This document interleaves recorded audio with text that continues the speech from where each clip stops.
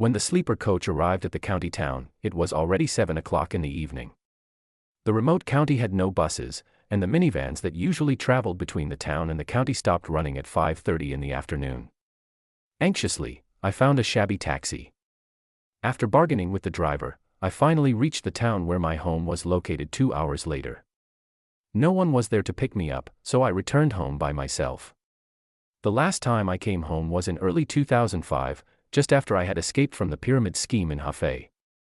In the blink of an eye, 2 years had passed, and I had transformed from a penniless young man into someone with a modest fortune. My mother took my luggage and told me that my grandmother was not here. She had returned to her own Miao village Dunzhai. She said she would rather die in Dunzhai, my mother explained, the land where she lived for 86 years, where the well water is sweet, the rice fragrant, and even the wind carries the scent of rapeseed flowers. My mother has 2 younger sisters and a younger brother. She is the eldest sibling. My grandfather passed away early, during the period of smashing the 4 olds. My grandmother was not adept at managing household affairs, so my mother always had to shoulder the heavier burdens. Until later, after my 2 aunts got married and my younger uncle grew up, could my mother move to town with my father to do small business.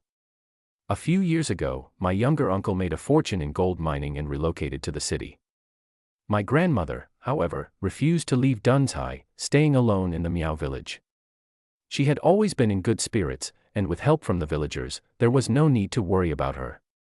But unexpectedly, she fell ill this time, and it turned out to be stomach cancer, a fatal disease. The next morning, my mother and I went to Dunzhai. The road, once a muddy mountain path, could accommodate vehicles as of 2004. I hired a minivan for the journey. The bumpy ride is not worth recounting. After about an hour and a half, we finally arrived.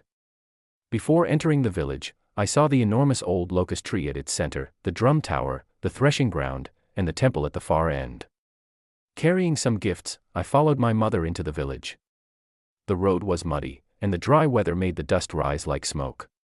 Villagers greeted my mother, who responded with a worried expression, her thoughts weighed down by heavy concerns. I saw my grandmother again, and by then, her life was nearing its end. Many people had gathered in the old house. Except for my aunt, who was far away in Karamay, Xinjiang, most of the relatives had returned.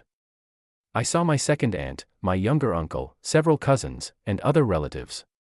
My grandmother was lying in a bedroom that faced away from the sun. Upon entering, I caught a musty odor. My heart ached. My grandmother, a fastidious woman, now had no control over her surroundings.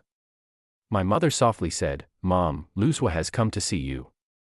Inside the yellowed quilt lay an old woman on the brink of death. Her hair was snow white, her skin like the bark of an aged pine tree, her face covered with dark yellow age spots. Her eyes were lifeless, and drool dribbled from her crooked mouth. Her consciousness was unclear. This was my grandmother, a woman who had lived a full life but was now close to the end. I held her hand, frail and claw-like, but she showed no reaction. After a while, she glanced at me before drifting back to sleep. "She doesn't recognize people anymore," my mother said, shaking her head with a sigh. I stayed in Dunzhai for 2 days, but my grandmother remained in a dazed state, never fully waking. Some relatives debated whether to send her to the city hospital for treatment, but they couldn't reach a consensus. My younger uncle argued we should honor my grandmother's wishes and avoid moving her. His family was not well off, and they had already spent much on her care. At that moment, a cousin caring for my grandmother hurried into the hall, announcing that my grandmother had regained consciousness and was calling for us. "Are you Luzwa?" my grandmother asked with dim, cloudy eyes as she lay in bed. I nodded, and she asked again, "When were you born?" My mother answered on my behalf, "Zwa was born in 1986, he's 21 now." My grandmother shook her head weakly and pressed further, "When, what month?" "August 20th, the 15th day of the 7th lunar month," I replied. Suddenly, her eyes lit up, and she began to cough violently, as if phlegm was stuck in her chest. I helped pat her back, and after a few minutes, she finally spat out a mouthful of thick, black phlegm. Then, lifting her head, she murmured, "Master, you've finally come." Her spirit seemed to revive. She even managed to get out of bed. Directing my younger uncle, she ordered him to dig up a small clay jar from behind the house. The jar was covered with thick oil paper, the kind once used to make umbrellas.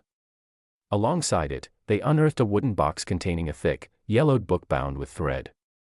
My grandmother pushed away her daughter, who had been supporting her, and shakily made her way to the low tea table where the jar was placed. She muttered in Miao language, her hands trembling and waving in the air.